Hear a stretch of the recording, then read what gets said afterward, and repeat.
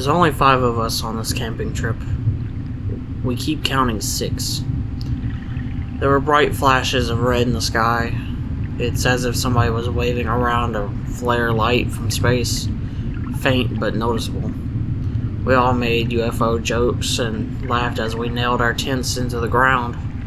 I knew for sure there were 5 of us. We have all been friends since early middle school, and we were celebrating our high school graduation with this getaway camping trip.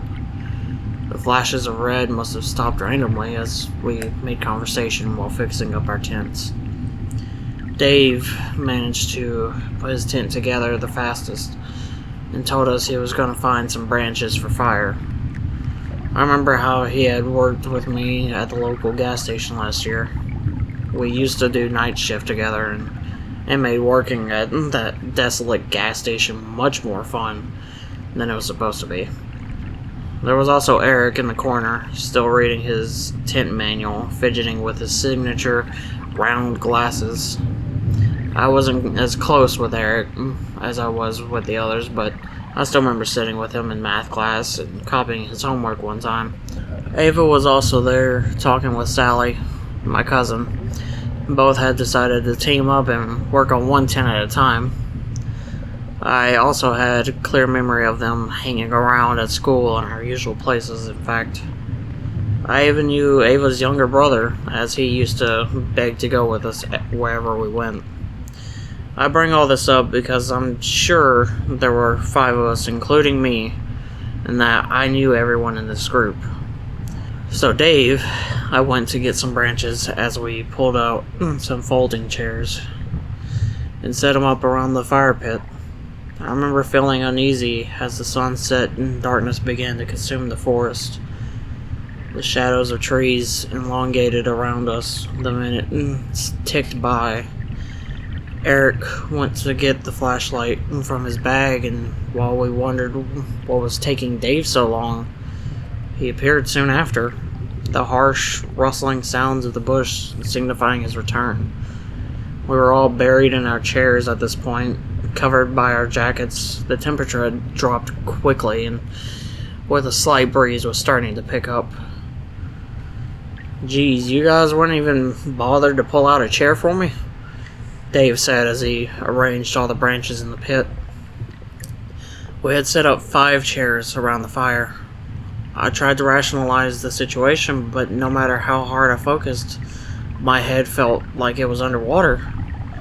I had perfect clarity up until that moment, but when I tried to focus on why 5 chairs were occupied when Dave hadn't sat down, yet my head seemed to just stop working, as if someone was reaching in and pulling out my thoughts.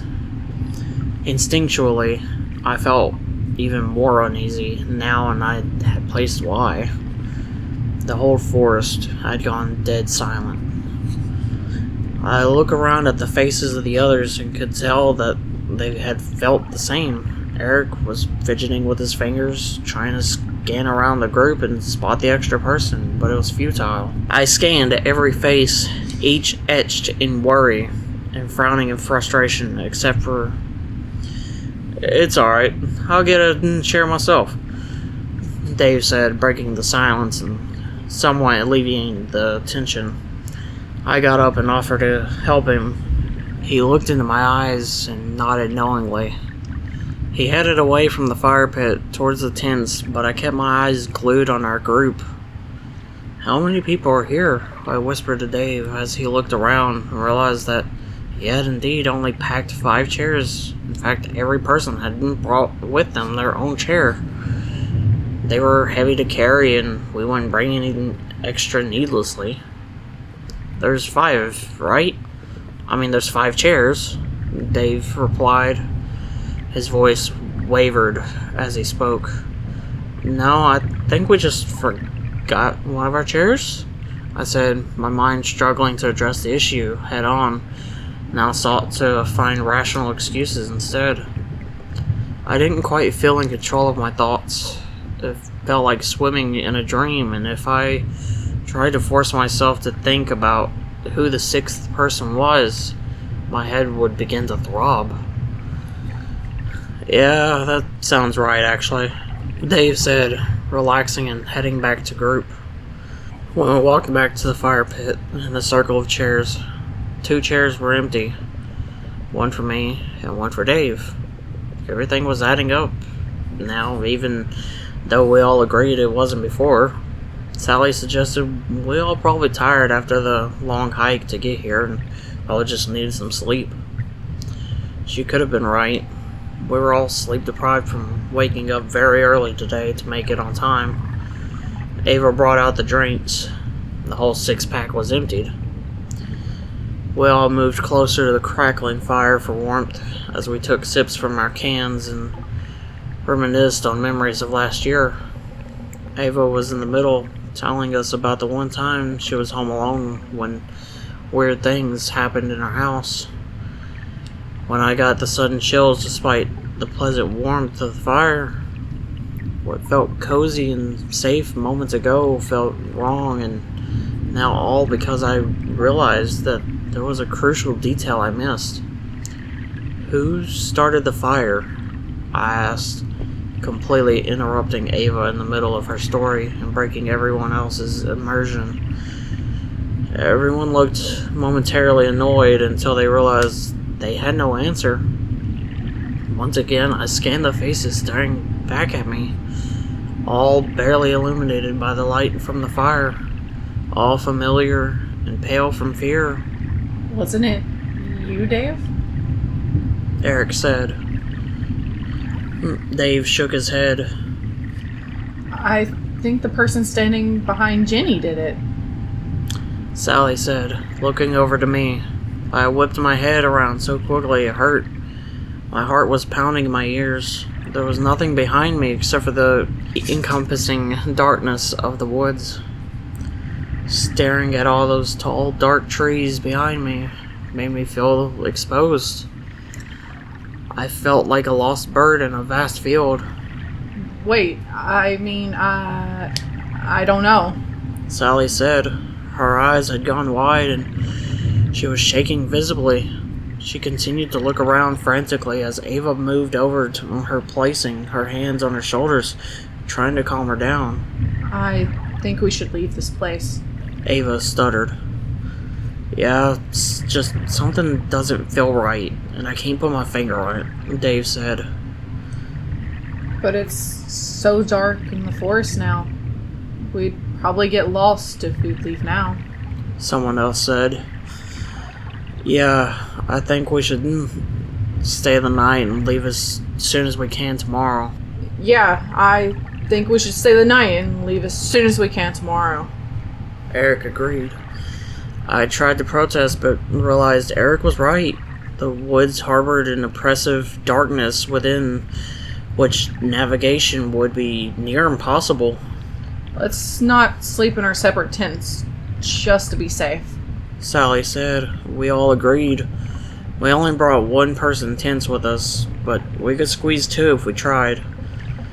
That way, no one would be alone at night. Following this conversation, we all got up and made our pairs. I went with Dave, Sally, like always, went with Ava. Eric kept complaining they didn't have a pair, but we reassured him he did. He wouldn't accept it.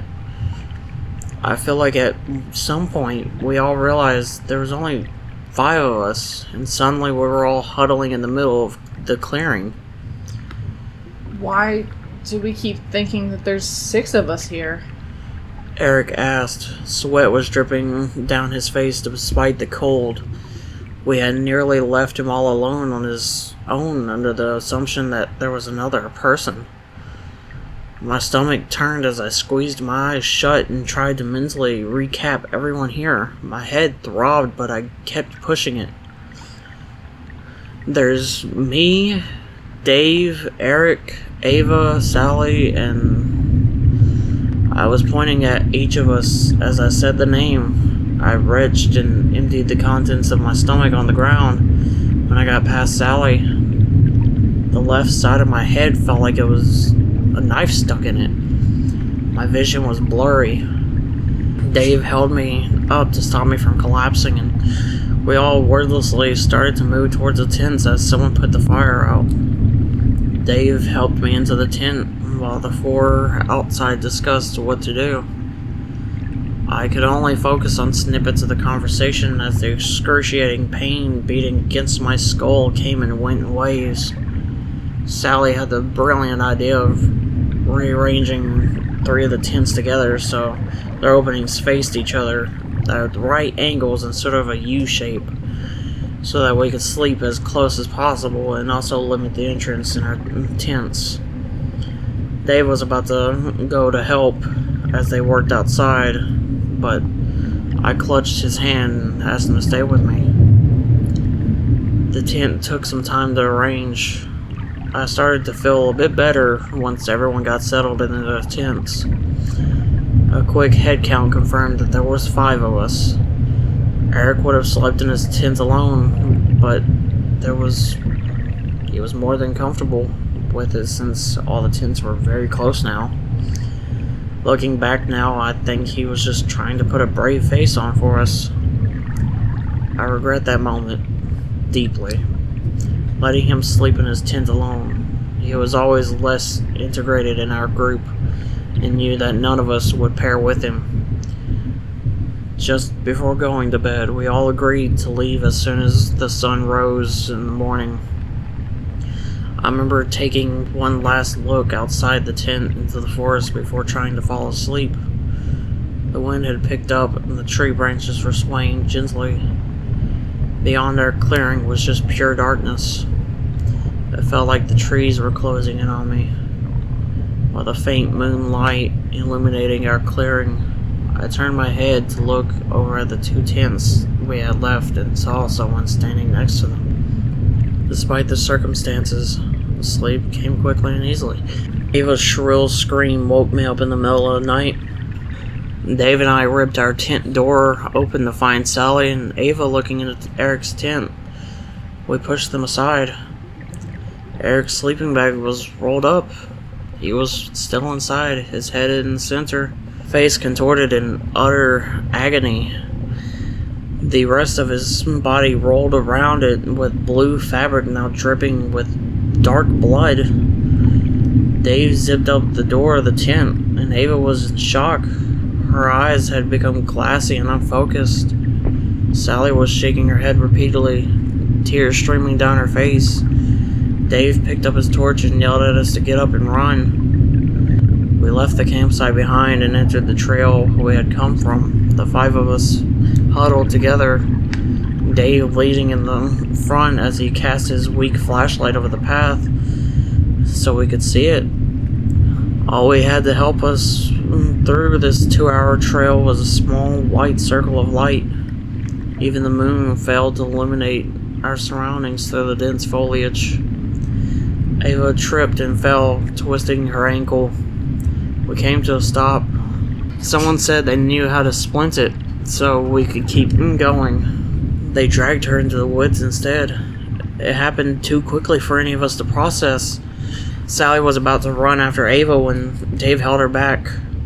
She struggled and managed to free herself, running into the trees and following the echoes of Ava's screams. I was about to run after her, but Dave held me by my shoulders and shook me hard. "We need to get out of here, Jenny. Please," he said. I hesitated but jolted into motion again when Sally's voice was cut off abruptly. She had been calling out Ava's name as she ran after her. Dave and I continued to run down the path, trying to get to our car so that we can get out of here. There was nothing we could do.